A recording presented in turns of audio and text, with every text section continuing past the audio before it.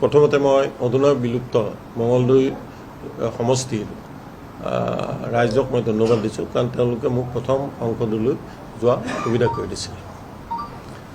আৰু তাৰপিছত সমগ্ৰ অসমৰ কাৰ্যকৰ্তাসকলক মই ধন্যবাদ জ্ঞাপন কৰিছোঁ যে এই কাৰ্যকৰ্তাসকলে মোৰ লগত লাগি আমাৰ লগত থকা বহু আছে।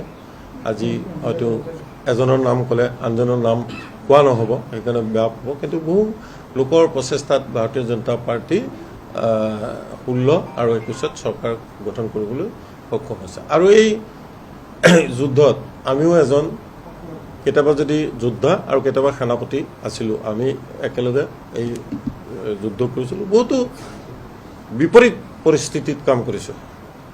আৰু মোৰ সময়তে যেতিয়া মই সভাপতি আছিলোঁ 4জন সাংসদ পাইছিলোঁ। আৰু বহুতে এইটো নাজানে যে নৰ্থ কাছাৰ হিলছত মোৰ সময়তে ভাৰতীয় জনতা পাৰ্টি লেড তাত আমি কৰিছিলোঁ।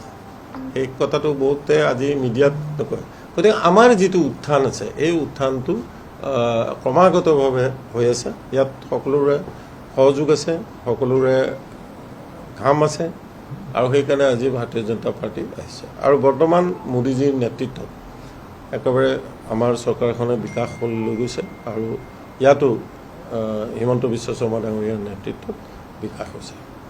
এই বিকাশৰ সমভাগী মই হৈছোঁ, আৰু দলে মোক যথেষ্ট দিছে। আৰু আজি মোক যিটো সন্মান দিলে সেই সন্মানটো মই ভবা নাছিলোঁ। মোৰ এটা ড্ৰিম আছিলে সাংসদ হোৱাৰ, কাৰণ মই বিধায়ক হ'বলৈ ইমান বেছি চেষ্টা কৰা নাছিলোঁ। আৰু সাংসদ মই হ'লোঁ, আৰু সাংসদ হোৱাৰ পাছত যেতিয়া সাংসদৰ পাছত মোক টিকেট দিয়া নাই, তথাপিতো মই দলৰ কাম সদায় কৰি গৈ আছোঁ, কাৰ্যকৰ্তা হিচাপে মই কাম কৰি গৈছোঁ। আৰু এতিয়া যি আমাৰ নৰেন্দ্ৰ মোদী ডাঙৰীয়াই যি দায়িত্ব দিছে, ছত্তীশগড়ৰ নিচিনা এখন মিনাৰেল ৰিচোৰ্চ ষ্টেট আছে, ছত্তীশগড়ত নিচিনা এখন ঠাইত এখন ডাঙৰ ষ্টেটত মোক দিছে, যিটো মই ভবাই নাছিলোঁ। সেইকাৰণে মই নৰেন্দ্ৰ মোদী ডাঙৰীয়া আৰু আমাৰ দলৰ যি নীতি নিৰ্ধাৰণ কৰিছে আমাৰ নাড্ডাজী ডাঙৰীয়াক, BL সন্তোষ ডাঙৰীয়াক, সকলোকে মই ধন্যবাদ জ্ঞাপন কৰিছোঁ যে আৰু মই হাজাৰ হাজাৰ যি কাৰ্যকৰ্তা আছে সেই কাৰ্যকৰ্তাৰ নামত মোৰ এই যিটো আজি গভৰ্ণৰশ্বিপ মই পাইছোঁ সেইটো উৎসৰ্গা কৰিছোঁ। বিজেপিত নিষ্ঠা আৰু ধৈৰ্য প্ৰাসংগিকতা বহুখিনি এতিয়া আপোনাৰ ক্ষেত্ৰতো দেখা গ'ল। চাওক, ৰাজনীতি কৰিলে নিষ্ঠা আৰু ধৈৰ্য লাগিব। আমি ৰাজনীতি কৰিছোঁ এটা নিষ্ঠাৰে কৰিছোঁ, আদৰ্শগতভাৱে কৰিছোঁ। আৰু আদৰ্শগতভাৱে কৰি থাকিলে দলে নিশ্চয় তেওঁলোকৰ কথা চিন্তা কৰিব। সেইটো হৈছে। আৰু যদি আদৰ্শৰ পৰা বিচ্যুত হৈ কিছু মানুহে যাই মেলি কৰে, সেইটো এটা টেম্পৰাৰী গেইন হ'ব। আজি অসমত 50 বছৰ ধৰি একে দলত কাম কৰা মোৰ আৰু হেমেন দাসৰ বাহিৰে ব্যক্তি নাই, যোনে এক্টিভ। তাৰ আগত হয়তো আছিলে, কিন্তু এতিয়াও এক্টিভ, 92 বছৰটো হেমেন দাস কমিউনিষ্ট নেতা হ'লেও তেওঁ এক্টিভ আছে। মই আজি 74 চনৰ পৰা আজিলৈকে মই এক্টিভ আছোঁ। গতিকে এক্টিভ থাকিলে দলে নিশ্চয় চিন্তা কৰে, এইটো প্ৰমাণ আছে। আৰু আমি তেনেধৰণে বহুতক আমি দিছোঁ। আৰু আমাৰ দলৰ কাৰ্যকৰ্তাসকলৰ চিন্তা আমাৰ কেন্দ্ৰীয় নেতৃবৃন্দ বা ৰাজ্যিক নেতৃবৃন্দ কৰে, ইয়াৰ প্ৰমাণ বহুতো আছে, আপোনালোকে জানে।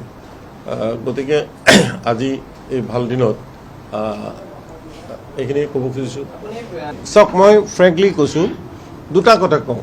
বহুতে এটা ভুল নেৰেশ্যন অসমত কৰে যে আমি অসমত পাৱাৰত আহিম বুলি কেতিয়াও ভবা নাছিলোঁ। এই নেৰেশ্যনটো ভুল। 1980 চনৰ পৰা আমি কৈ আছোঁ অগলেবাৰ অটল বিহাৰী। 1980 চনৰ যিখন মুম্বাইত সভা হৈছিলে, আৰু সেই সভাখনত MC চাকলা যেতিয়া কৈছে the finest men in India Atal Bihari Vajpayee inside the parliament, outside the parliament, and he will be one day prime minister. তেতিয়াৰ পৰা আমি এটা নাৰা দিছোঁ। আৰু এই 96ৰ পাছত 95ত মহাধিৱেশন যেতিয়া মুম্বাইত হৈছিলে, সেই মহাধিৱেশনত আমি একদম জোৰে কৈছোঁ যে অগলে এবাৰ অটল বিহাৰী।